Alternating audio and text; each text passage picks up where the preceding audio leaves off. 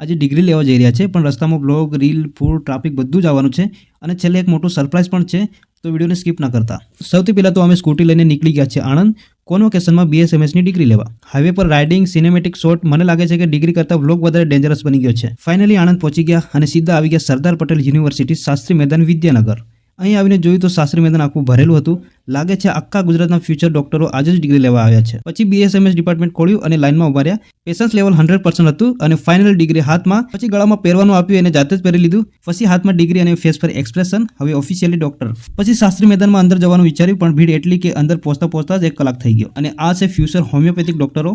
બધા સાથે ડિગ્રી લઈને ફોટોસ પાડ્યા. કેમેરા સામે તો બધા સિરિયસ. પછી કેમેરો ઓફ થાય એટલે બધા પાછા ફૂલ મસ્તીમાં. પછી રીલ શૂટિંગ શરૂ કરી, પણ પ્રોબ્લેમ એ કે ડોક્ટર લોકો પહેલીવાર રીલ શૂટ કરે છે, એટલે 1 ટેક તો ઇમ્પોસિબલ છે. 2-4 રીટેક પર રીટેક. પછી ફાઇનલી રીલ શૂટ કરી લીધી અને પછી બીજી રીલ શૂટ કરવાની હતી.